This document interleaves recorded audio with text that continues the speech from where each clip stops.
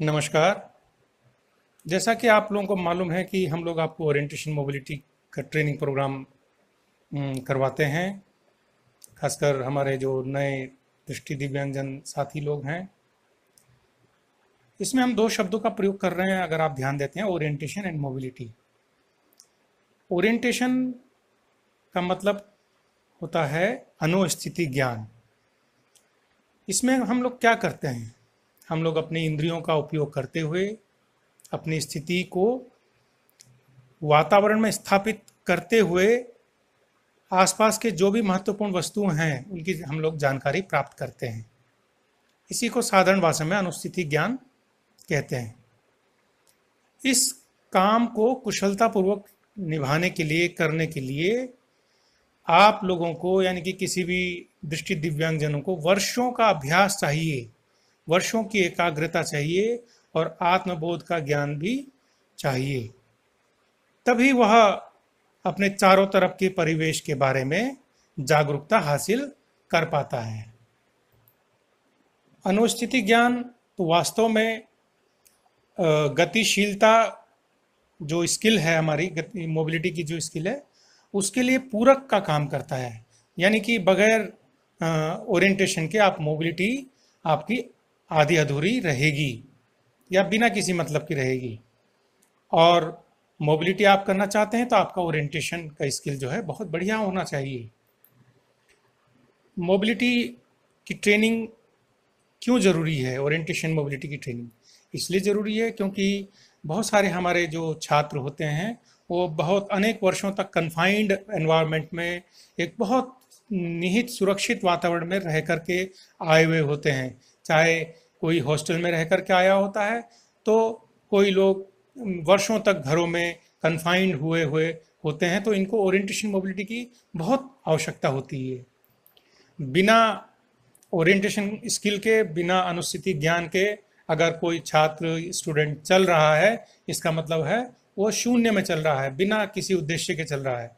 क्योंकि आप यहाँ से चल के दूसरी जगह टकराते हो, फिर वहाँ से बचते हुए दूसरी जगह, तीसरी जगह जाके टकराते हो, बिना ज़रूरत के लोगों से मदद मांगते हो। तो हम ये कह सकते हैं कि विदाउट ओरिएंटेशन आपकी जो मोबिलिटी है वो वॉइड है, यानी कि शून्य है।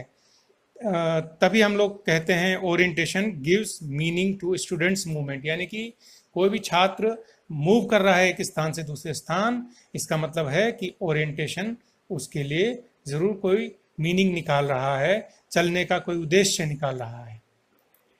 कभी भी हम ओरिएंटेशन का स्किल प्राप्त करना चाहते हैं स्वयं या किसी के माध्यम से और आसपास के वातावरण में, तो छात्र को जो है उसको सेल्फ कॉन्सेप्ट होना ज़रूरी है। यानी कि स्वधारणा कि मैं क्यों हूँ, मैं कहाँ से हूँ, मेरी स्थिति क्या है, इस प्रकार की बातें उसको समझ में।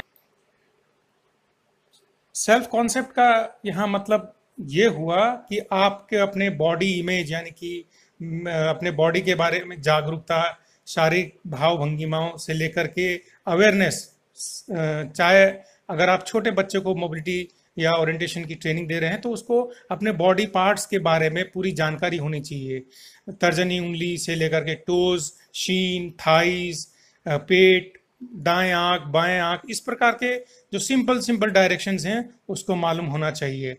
बॉडी के मूवमेंट्स उसको पता हुए होने चाहिए, बॉडी के फंक्शंस पता होने चाहिए। इसी को हम साधारण भाषा में सेल्फ कॉन्सेप्ट कह रहे हैं। और दूसरा जो उद्देश्य, महत्वपूर्ण उद्देश्य है, वह ये कि बालकों को, छात्रों को आसपास के वातावरण के बारे में पूर्ण ज्ञान होना चाहिए तथा वह अपने आप को वातावरण से रिलेट कर सके, अपनी स्थिति को स्थापित कर सके, इसका भी ज्ञान छात्रों को होना चाहिए। और आखिर में कोई भी बालक है, छात्र है, कोई दृष्टि दिव्यांगजन है, उनको एक वातावरण से दूसरे वातावरण तक को रिलेट करना आना चाहिए। यानी कि सिंपल भाषा में मैं कह सकता हूँ, अगर आप वोकेशनल ट्रेनिंग सेंटर में हैं, उस वातावरण को आपने पहचान लिया और आप हॉस्टल, छात्रावास के वातावरण में जा रहे हैं और दोनों को आप रिलेट कर रहे हैं कि मैं कहाँ से किस प्रकार से वोकेशनल ट्रेनिंग सेंटर से छात्रावास तक मेरे को जाना है, यानी कि एक वातावरण से दूसरे वातावरण तक जाना है और उनका आपस में रिलेट करना, किस प्रकार से कब दाएं मुड़ना है, कब बाएं मुड़ना है, किस प्रकार से मैं मूवमेंट करते हुए और दोनों वातावरण को डिफरेंस करते हुए कि ये हॉस्टल है और ये वोकेशनल ट्रेनिंग सेंटर है और उनके आपस की दूरी, उनमें आपस में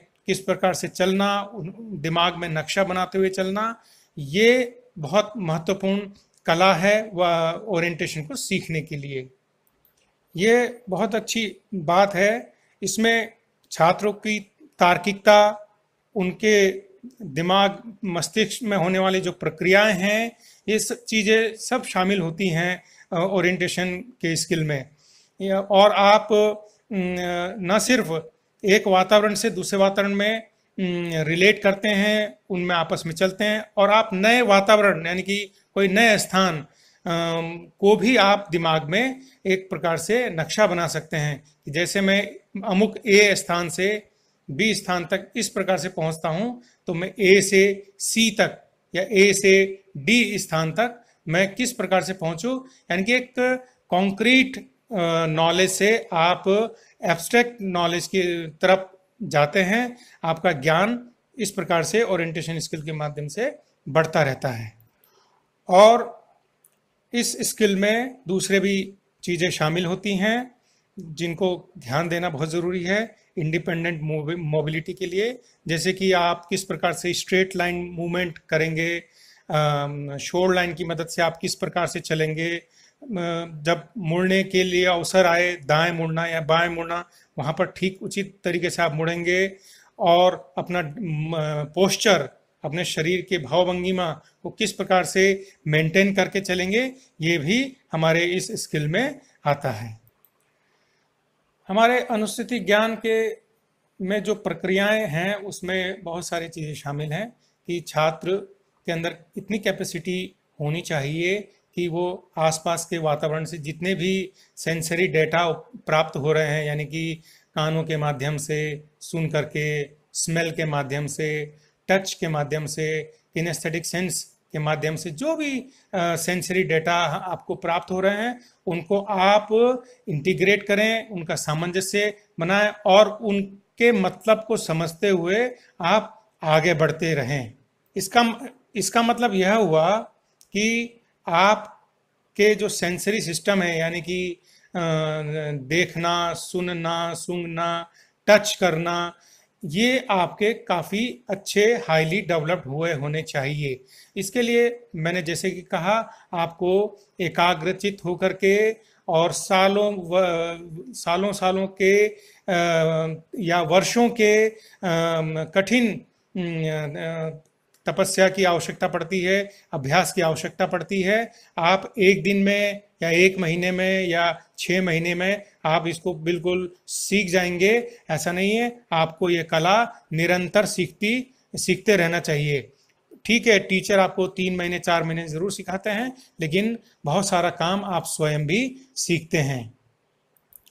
ट्रेनिंग के दौरान तो आपको सिस्टमेटिक तरीके से और व्यापक तौर पर आपको ट्रेनिंग प्रोग्राम में बताया जाता है किस प्रकार से आप इन जो मैंने थोड़ी देर पहले बताया आपको स्किल में क्या क्या कंपोनेंट्स है उनके बारे में बारीकियां बताई जाती हैं।